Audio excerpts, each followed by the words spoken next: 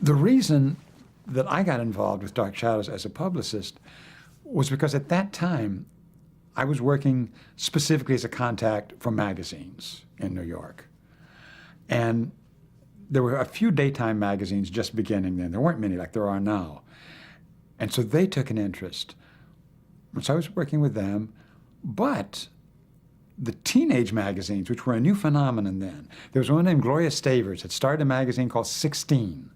And 16 was located here, and the #1 competitor was called Tiger Beat. They were in California. Those two magazines went bananas for Dark Shadows. I mean, they were putting the vampire Jonathan Frid on the cover of 16 magazine. Both of them, I worked it out with both of them to have a monthly column so that there would be a story about Dark Shadows every month in those teenage magazines. It was the same with the couple of magazines that were then, there was only one monthly magazine covering soaps at that time. We'd usually get Shadows in there too every month. But the phenomenon was the teen market, because it was on late in the afternoon. Kids would watch it after school. We started getting a college crowd as well. The college crowd that had fallen in love with Batman went for Dark Shadows because they'd see it in the afternoon after classes were through. And there again, it was a pleasure bringing the press to that set, to the studio where we shot Shadows, because they had all watched and wondered where the crypts were, and where is the coffin really there, and where is the graveyard, and how is Curtis doing all this stuff. So that show was just sheer fun to work on. There wasn't anything grim, and there was nothing dragging about it. You had a cast that would go from the grand, great days of Hollywood with Joan Bennett, who'd been a star there in the Gable world, to new, young New York actors doing their first things. David Selby, when nobody had heard of him yet at that time. Kate Jackson was new to town then. I met her there. She'd been, she'd worked, as I recall, as an usherette at Radio City when she first got here. But Dan and his casting people were finding people like that.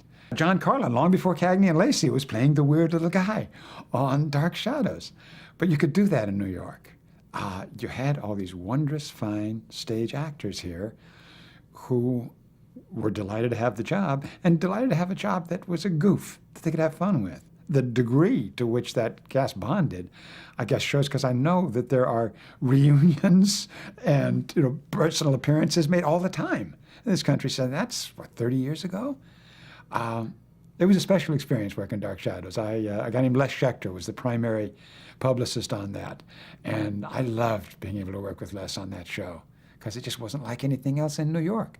In New York City at that time, Dark Shadows was series television. That's all there was. So to be allowed to work on it was a privilege. It was fun.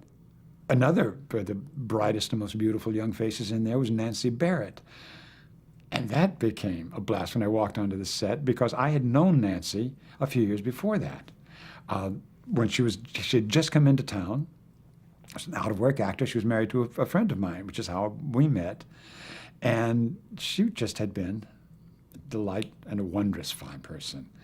So it was great fun to be with Nancy. There was an actress, unfortunately dead, died way too young, named Virginia Vestoff, who also I'd known since she was a teenager doing summer stock around here, coming out of musicals. She was a brilliant musical actress. And Virginia was in there, but that's the way the casting went on that show. It wasn't so much as running into people that you knew and had heard of from other things. No. Dan and his casting folks, they found them before anybody had heard of them, when they were the new kids. Laura Parker, I remember this. It was just great times. Catherine Lee Scott, who was a joy to work with. They don't come any better than Katie. But the whole unit was like that. Louis Edmonds was another. Louis was one of those guys who was a Mr. Off-Broadway. And brought him in. Every serious actor in New York knew Louis Edmonds, because if you wanted a distinguished Englishman, you got Louis. He was just not the sort of guy that you would expect to be called Louis. He came into this and saw what it was. And he and Joan Bennett made a great team, because they both had a certain elegance about them. Then Jonathan Frid came in, and Jonathan was he was a Shakespearean actor out of Canada. David Selby, who, when Dan first introduced him, I remember, it seems to me he was on the show for a week or two before he ever said a word. I think, wasn't that David? Just those amazing cheekbones and lit for that face. He was getting fan mail before he ever opened his mouth. The teen magazines immediately went crazy for David. But every new character that came into there was potential instant star. For me, because I'd spent so much time working also in the New York theater in one capacity or another, it was just a play. It was like walking backstage at a New York theater when you went to the set of, it was like going to the Tony Awards or when you went over to Dark Shadows, because of the quality of the people he was casting in those shows.